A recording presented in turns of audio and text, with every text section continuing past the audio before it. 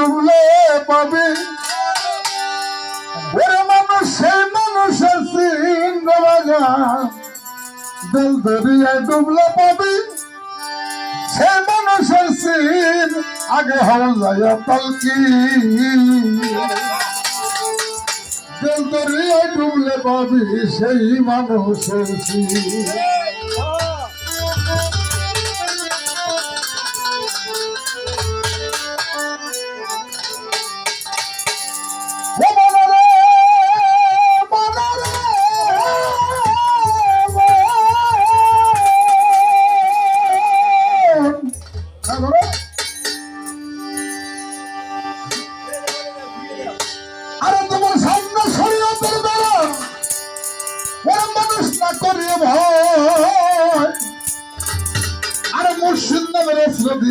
ছিন্ন করতে হয়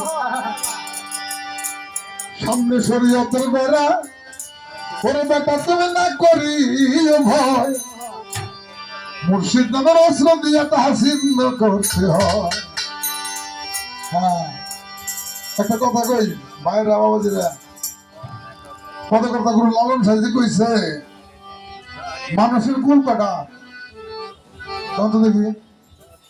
মানুষের কুল কাটা কুল কুল কুল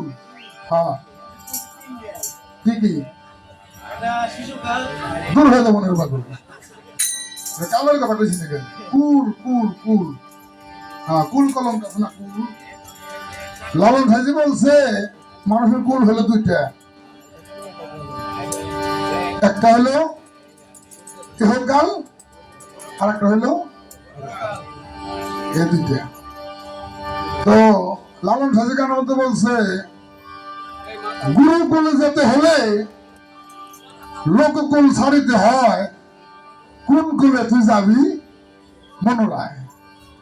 একটা হলে দুনিয়াদারির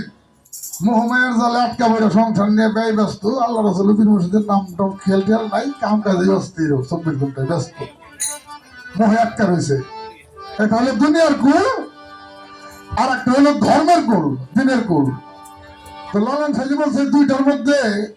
তুই নিবি কোনটা তোর ব্যক্তিগত ব্যাপার গুরুকুলে যেতে হলে লোককুল ছাড়িতে হয় কোন কুলে তুই যাবি মনোরায় এই মোহমায়ের জালে আবদ্ধ থাইকে বাবা কোনোদিনও গুরু ভজন হয় না